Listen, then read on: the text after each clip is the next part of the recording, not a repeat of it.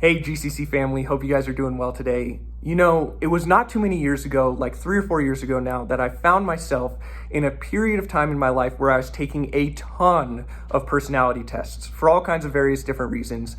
Myers-Briggs, this, that, the other. I was in this class and they put us through all these tests and we talked to a psychologist one-on-one. I was in this other thing where it's 2 nights and 3 days of us trying to figure out more of who we are, called life planning. And there was a lot of positives that came out of this for me. I kind of grew in my knowledge of self-awareness and different other things that kind of make me tick, and it was productive. But one of the other major factors that came as a result of all of this was a deep, unquenchable sense of emptiness and lackingness. I found that as I spent prolonged periods of time looking at myself, that I began to get depressed. And it makes sense because I'm a human. As I look inward, all I see is brokenness and decay and sin and emptiness. So it messed me up really hardcore for like a period of time. And I was chatting about it with a friend, and he said that he had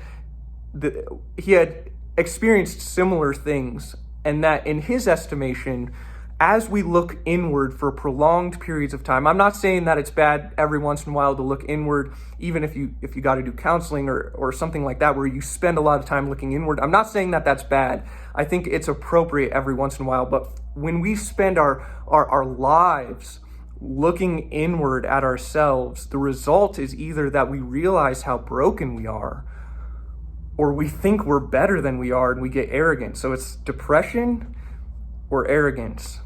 And I wrestled with this for a really long time. I was like, why am I feeling this way? Why am I jealous that other people got this gift or this gift or this natural talent? Why do I wish that I was someone that I'm not? Why do I think if I could just do this or this in my life that I somehow would be better?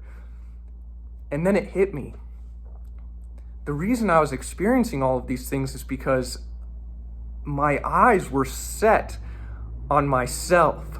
For a really long period of time, my eyes were just set on myself. And that's not what the Bible teaches us to do. In fact, in Hebrews chapter 12, beginning in verse 1, it says this: "Therefore, since we are surrounded by such a great cloud of witnesses, let us throw off everything that hinders and the sin that so easily entangles. And let us run with perseverance the race marked out for us, fixing our eyes on Jesus, the pioneer and perfecter of our faith." And then it talks a little bit more about Jesus. And then in verse 3, it says this: "Consider him who endured such opposition from sinners, so that you will not grow weary in doing good." I think the thing that I was missing was that I was supposed to be fixing my eyes on Jesus, not fixing my eyes on myself. When I fixed my eyes on myself, I found myself lacking. But when I fixed my eyes on Jesus, he's the spring of living water that never depletes, that never runs out. I never grow thirsty fixing my eyes on Jesus. It makes all the difference. It makes all the difference to fix our eyes on Jesus. And look what this scripture says. "And let us run with perseverance the race marked out for us." How do you do that? By fixing our eyes on Jesus.